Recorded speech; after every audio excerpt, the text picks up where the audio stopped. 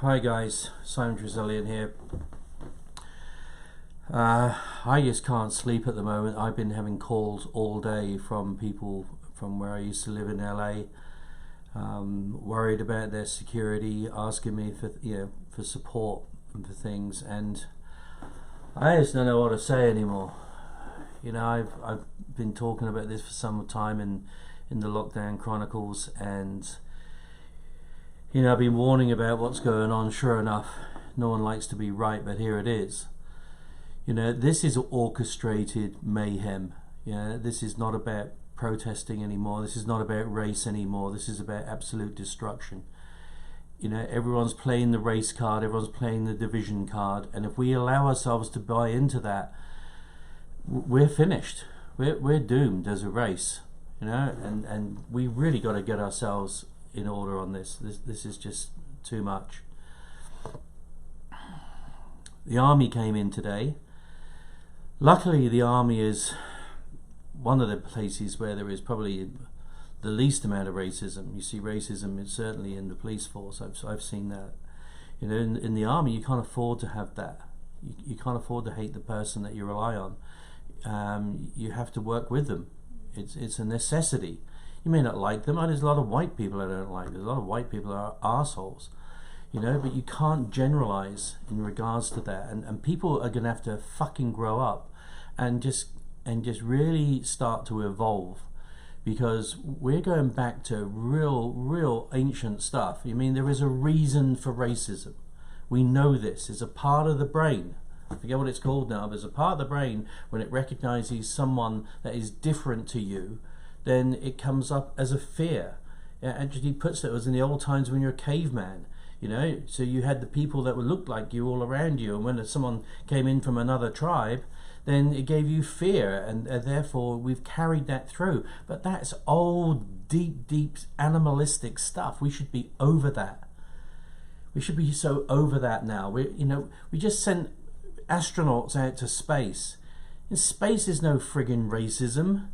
You look back and you see the world, and that's it. In that world, everyone that has ever lived is on that ball. Everyone that ever will live is on that ball. And we just can't seem to get it together to actually recognize the similarities in ourselves, as opposed to the divisions. And it's the divisions that there are people out there that are desperate to try and destroy us by creating these divisions. Whether it's about sexuality, whether it's about masculine and feminine and gender, whether it's about race, everyone is there as almost like as a victim, allowing these powers that be to drive these wedges between us. United, we are so powerful. We have to understand that and recognize that. Divided, we are in the shit. We are gone as a race. Now, there are some realities about race. We live in a country that was built on endemic racism. So was Great Britain. So was everywhere else. So was Australia. In Australia, they didn't stop killing Aborigines until the 50s. In England, we've always had endemic racism because we ruled the world at one point. We looked down on everybody else that we conquered. So did the French, so did the Portuguese, so did the Dutch, so did the Germans, so did the Romans, so did the fucking Greeks, so did the Persians and the Egyptians. Everybody has done it. It's a human weakness that we have. But we can't just keep going back and say, well, it's now back down to the Civil War. We have to move on. But we have to understand that as humans, I was saying this the other day, we are not a herd animal. We are a pack animal. And therefore, packs have different types of traits. They have powerful traits, they have weaker traits. The whole point of a pack is that you recognize all of those different things, you accept all of those different things, and you cohese all of those different things into one solid, cohesive force. That's what allows you to live. As pack animals, if we split up and go all our different ways and we only use the individual strengths that we ourselves have and we lose all the rest, then we won't survive. We need to get a reality check about this race. We need to, first of all, we need to accept it. We need to accept that it is there. It has always been there. But accepting it is not enough. What are we going to do about it? You know, it's like when you accept you're an alcoholic or you accept that you got cancer. You know, most people are going, la, la, la, la, la, I don't want to hear it. They just want to keep that status quo, pretend it will go away. Well, it's not going away. It's coming through your door. And for some of you, it's coming through your door tonight. We've got to get a handle on this. Yes, there are differences within the races in the same way as dogs. Dogs are an endemic race, if you like. They're a species. There's different types of dogs. There's greyhounds. They run fast. There are Doberman pinchers. They can be pretty nasty. There can be little chihuahuas. They can be yappy. You know, huskies are adorable. But each dog has its own strengths. You can't say one dog is better than another. They're just different and they're used in different ways. You know, so let's get a handle on it. Let's actually embrace the differences instead of trying to paint everyone in the same manner and saying, well, everyone needs the same opportunity and, you know, you should then push to have so many people on the board and so many of this diversity, and then you try and force it. That's not the way you do it. You should have a meritocracy. People need to earn that merit, but in getting that merit, you need to give everyone the opportunity to at least be meritorious.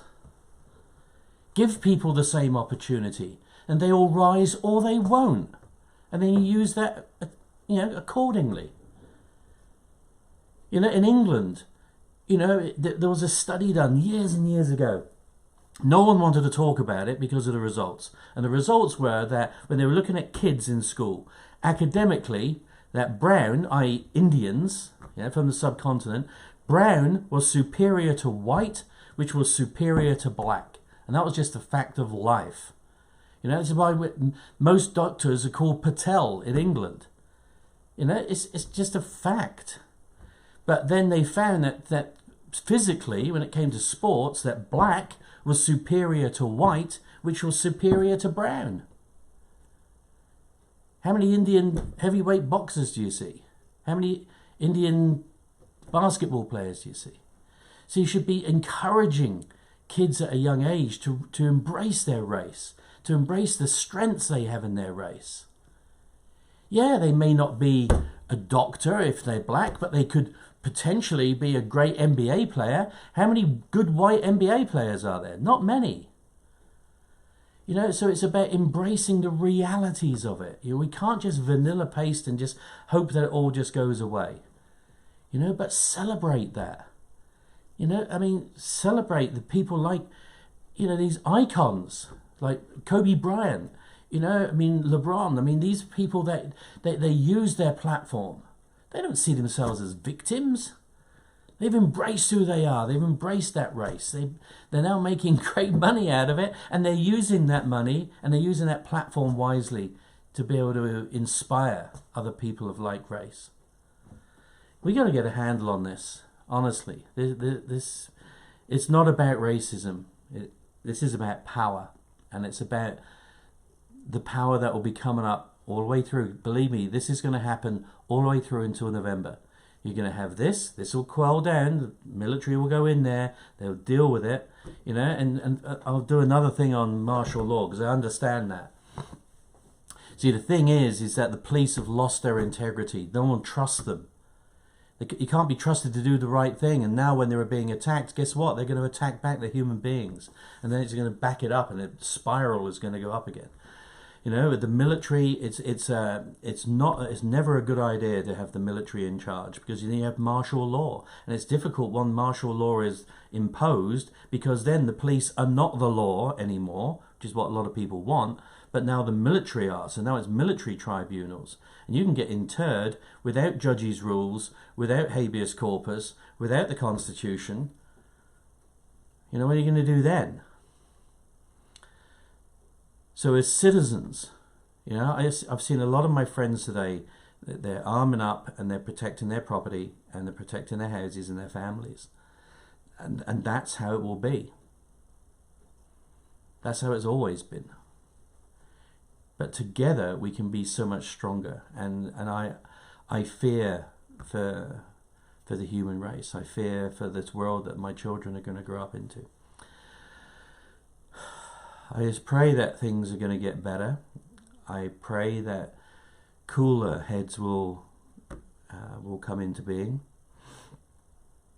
If I can help anybody, as I've been doing today, let me know. But it's been challenging. It's been really challenging, and I'm just hoping and praying. But I'm prepared as well. I'm prepared to survive this. I will do what it takes to survive, and that's what I'm encouraging other people to do. You know, because it may even be that with all this nonsense, that the bad apples, the bad actors, punch themselves out, get rid of themselves, you know, and just leave this world to the peaceable people that want to bring love and connection, because that's what it's all about. We need to have more love in this world, less hate. I've seen so much fucking hate,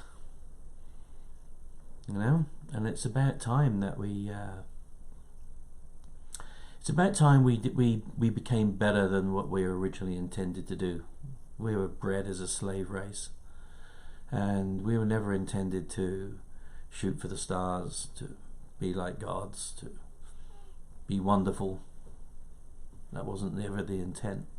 But we have an opportunity to be better than that, and I just hope that we will. Anyway, that's Simon Trezelyan, a little bit for me, and I hope you all get a good night's sleep.